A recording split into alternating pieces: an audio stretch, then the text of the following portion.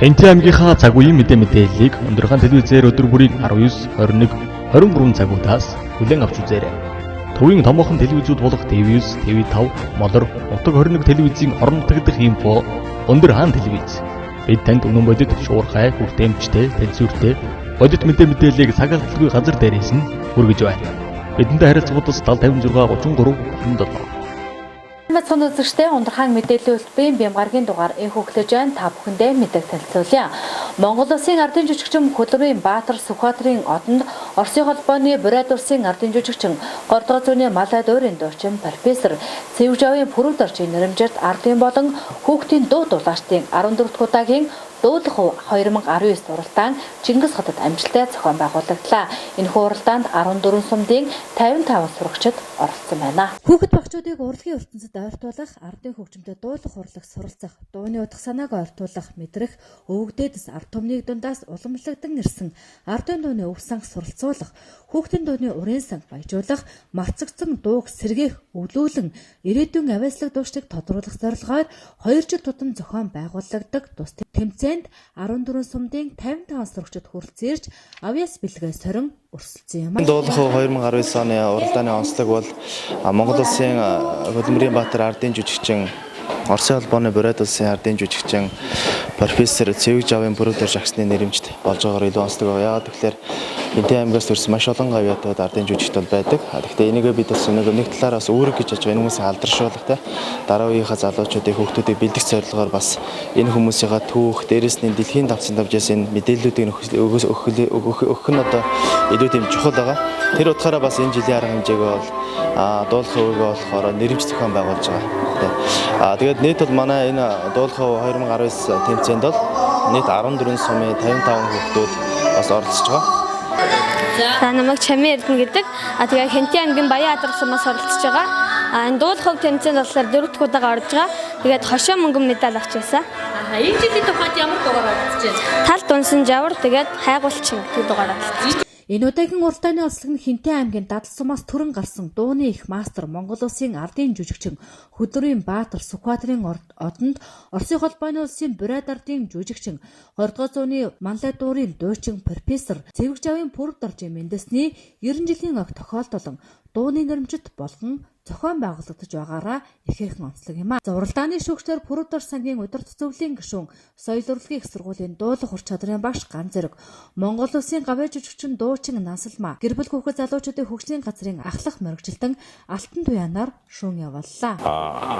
Алдарт уран бүтээлч Монгол Улсын Хөдөлмөрийн Баатар ардын жүжигчин Зууны Малай Цэвжавын Пүрэв дорж гэж энэ агсны одоо Мендэсний 90 жилийн түүхт одоо ойтой тохиолдуулан багшийн маань одоо нэрэмжит болгон зарлснараа тэгээд энэхүү тэмцээнийг одоо орон нутгийн удирдлага за манай гэр бүл хөгжлийн газрын хамт олон одоо хамтар зохион байгуулж байгаагаар бол маш онцлогтой энэ бол өндөр ач холбогдол өгсөн ийм сайхан уралдаан болж байна. Тэгээд үнэхээр энэ хүний хийсэн бүтээсэн зүйл бол Монголын сонгодог урлагийн хөгжил төдийгүй, дуурийн урлагийн хөгжил төдийгүй, Монголын дуулаачийн сонгодог одоо дуурийн дуулаачийн сургалт дэгийг хөгжүүлэхэд бол маш их одоо хүч хөдөлмөрөөр оруулсан яг бол төр төмөнлөж одоо Монголд байдаг бүхэл дээд шагналуудыг хүртсэн гэдэг нь бол одоо багшийн гоншин дээрээс харагддаг. Тэгээд дээрээс нь онцолж хэлэхэд бол яагаад дэлхийн хүн бэ? Яагаад одоо үнэхээр энэ гавьяа ингээд үеийн үед мөнхрөх учиртай хүн бэ гэдэг нь бол хэд хэдэн одоо онцлог жишээ байна л да хэлж баршгүй.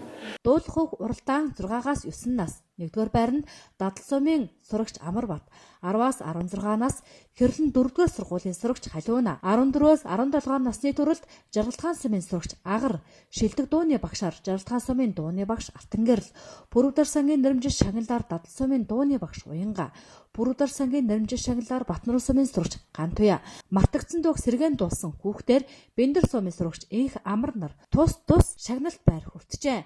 Насны ангил тэргуун байр эзэлсэн хүүхдүүд 3 дахь сарын 25-наас 3 дахь сарын 31-ний өдрүүдэд Улаанбаатар хотод зохион байгуулагдах улсын уралдаанд оролцох эрхийг энхүү авсан байна. Дараагийн мэдээ Хэнтэй аймгийн Нэрэнжингийн Чойнмын нэрэмжит нийтийн номын сан Ундрахаан телевиз хамтран 5 дахь жилдээ авто захидал бичээр уралдааныг амжилттай зохион байгууллаа. Энэ тус уралдаанд 209 захидал хүртэл ирж шагналуудыг тодрууллаа. Монгол Улсад зэвсэг түүчин байгуулагдсан 98 жилийн он хүрээнд уламжлал болгон зохион байгуулагддаг уг захидлын уралдаанд хөдөө сумд болон хөрөлсөн сумын сурагчид иргэдээснээр 209 захидал ирлээ.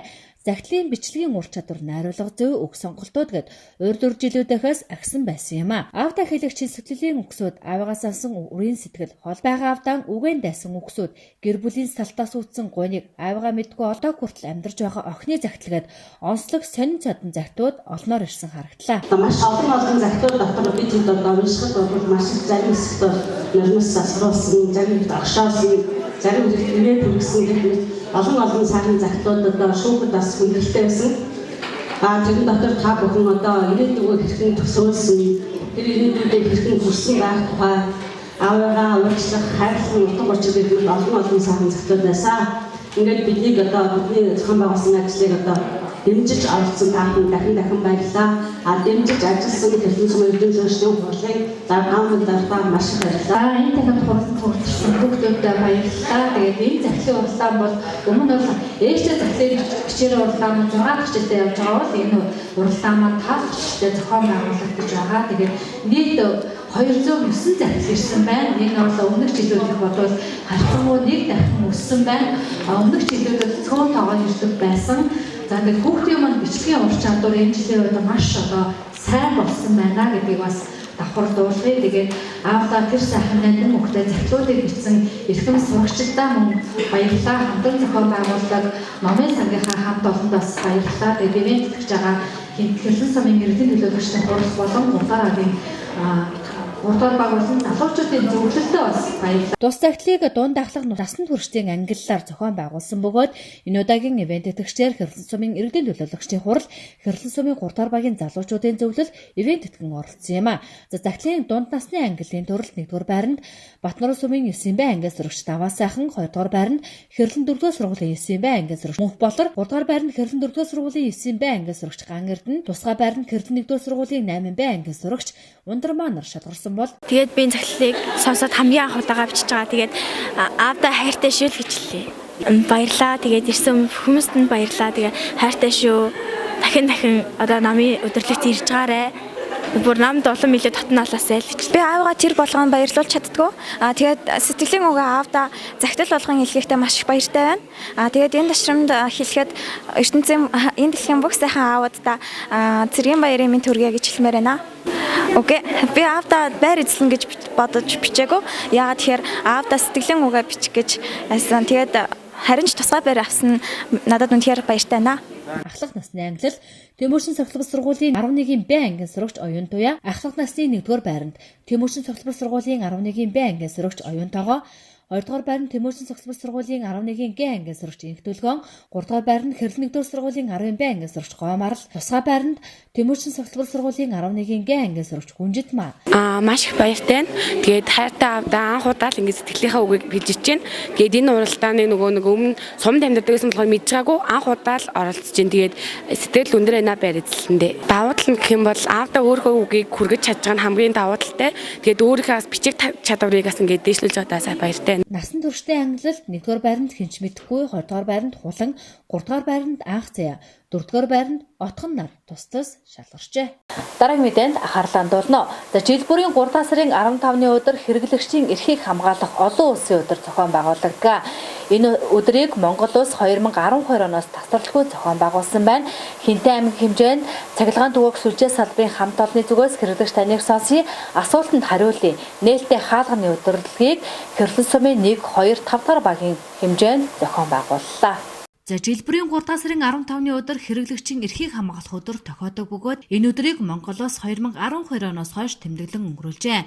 Тэгвэл энэ өдрийг Хинтээ аймгийн цахилгаан түгээх сүлжээ салбарын хамт олон хэрэглэгч таныг сонсъё, асуултанд хариулъя. Нээлттэй хаалганы өдөрлийг багуудын төв дээр хийсэн юм а. Өдөрлөгт Багнуур зүүн өмнөд бүсийн цахилгаан түгээх сүлжээ салбар төрийн өмчт компани гүйцэтгэх захирал Тавинбэх, Багнуур зүүн өмнөд бүсийн цахилгаан түгээх сүлжээ төрийн өмчт компани санхүү хангах үйл ажиллагаа хариуцсан дэд захирал Ганбаатар, хангах үйл ажиллагаа хариуцсан бодлогын элцийн дарга Эрдэнэ Чимэг болон цахилгаан түгээх сүлжээ салбарын удирдлагууд болон байцаагч нар, за Монголын улсын олон нийтийн радио телевизийн байцаагч нар оролцсон юм а. За өнөөдөр олон улсын хэрэглэгчийн эрх ашигыг хамгаалах өдөр байгаа. За манай компаниас Багнуур 100 төсвийн цахилгаан түгээх сүлжээ компани байна. Өнөөдөр хинтээ цахилгаан түгээх сүлжээ салбартаа ажиллаа. Иргэдээс цахилгаан хангамжтай холбоотой гомдол, шийдвэрлэх асуудал, хүсэлтээ илэрхийллээ. Бид нэр энэ уулзалт арга хэмжээнд дээр иргэдийн хүсэлтийг аваад за тодорхой хугацаанд ажлын хэсэг байгуулад бүх асуудлыг шийдвэрлэхээр ажил зохион байгуулж. Иргэд ихэвчлэн цахилгааны чадал муу байгаа тухай хэрхэн сайжруулах талаар цахилгааны үнийн хөнгөлөлт, хоёр тарифт тоолуур, шөнийн хөнгөлөлт, гэрэл дээрээс хог болон үнэт лизийн хураамж авдаг тухай гээд олон зүйлүүдийг тодруулж тулгамдсан асуудалтай шийдэл авч байсан юм а. Дараагийн мэдээ. Хүн ам орон сууцны улсын тоолго 2020 онд зохион байгуулагдах юм. Хинтээ аймгийн тоолгын комиссийг зохион байгуулж анхны хуралдааныг хийсэн байна. Хинтээ аймгийн тоолгын комиссийн дараагаар Хинтээ аймгийн засаг дарга, Гамбин болон тоолгын комиссийн нарийн бичгийн дараагаар статистикийн хэлтсийн дарга үлзий сурнаар болсон байна. Монгол улс хүн ам орон сууцны улсын тоолгыг 10 жил тутамд, завсрын тоолгыг 5 жил тутамд явуулдаг бөгөөд уг тоолго нь 2020 онд болох юм а. Иймд аймгийн засаг даргын захирамжаар хүн ам орон сууцны тоолгыг аймаг сумдын төр товчооны бүрэлдэхүүнийг томилж журмыг баталсан ба ээлжилт тоолгыг зохион байгуулж явуулах аймгийн тоолгын комиссийг байгууллаа. Тус тоолгын комиссийн дараагаар аймгийн засаг дарга Гамбин, орлогч дараагаар статистикийн хэлтсийн дарга үлзий сурнаар томилогдсон ба гишүүдэд иргэдийн төлөөлөгчдийн хурлын нарийн бичгийн дарга, аймгийн засаг даргын тамган газрын дарга болон газар хэлтсийн дарга нар багтжээ. Одоо 20 оны тоолготой холбоотойгоор улсын комиссийг ерөнхий сайд ахалж байгаа. Тоолгын комиссийн орлогч дараагаар үндэсний статистикийн хорооны дарга, засгийн газрын хэрэг эрхлэх газрын дарга нар ажиллана. Тоолгын комиссийн улсын комиссийн гишүүдэд засгийн газрын харьяа бүх яамдын сайд нар ингэж ажиллахаар комиссын байгуулагдсан байгаа. Энэхүү тоолгыг Монгол улс 11 дахь удаага зохион байгуулж байгаа бөгөөд өмнөх онуудад хүн ам орон сууцаа тоолохдоо уламжлалт буюу өрхийн гишүүн бүрээс асууж тоолдог байсан бол 2020 оны тооллого уламжлалт арга болон төрийн байгууллагуудын мэдээллийн сангийн бүртгэлтэй уялдуулах хослмол аргыг ашиглан явуулах ажээ. За хүн ам орон сууцны тооллого маань 10 жил тутамд нэг удаа явагддаг байгаа. Ингээд ээлжил тооллого маань 11 дахь удаагийн тооллого маань 2020 онд хийгдэх гэж байна. За 2020 оны тооллоготой холбоотойгоор хүн ам орон сууцны тооллогын бие даасан хууль байдаг. Тухайн хуулинд бол 2 жилийн өмнө хүн ам орон сууцны тооллогын товыг зарлана гэсний дагуу 2020 оны 1 сарын 8-наас 9 шилжилт шөнийн тэг цагаар тасалбар болгож тооллогыг хуулийн заасны дагуу мөн 7 хоногийн дотор зохион байгуулах хэрэгтэй байдаг юм а. Улсын тоолгын товыг 2020 оны 1-р сарын 8-наас 9-ний шилжих шөнө тэг цагт эхлүүлэн тогтоосон байна. Энэхүү тоолгонд үр дүнд хүн амын тоо, өсөлт, харьяалал, үндэс угсаа, нягтршил, суурьшил зэрэг хүн ам зүйн гол үзүүлэлт нь тодорхой болох бөгөөд ингэснээр өнгөрсөн 10 жилийн нөхцөл байдлыг дүгнэх, эрх жилүүдийн бодлого хөтөлбөрийг төлөвлөх, суурь мэдээллийг бий болгож болдгоороо чухал ач холбогдолтой юм. Эрхэм үзэгчтэй ундрахаан мэдээлэл төлбөрийн бямгаргийн дугаар энэ түрээд өндөрлөж байна. Амралтын өдрөө аятухтай сайхан өнгөрүүлээрэй.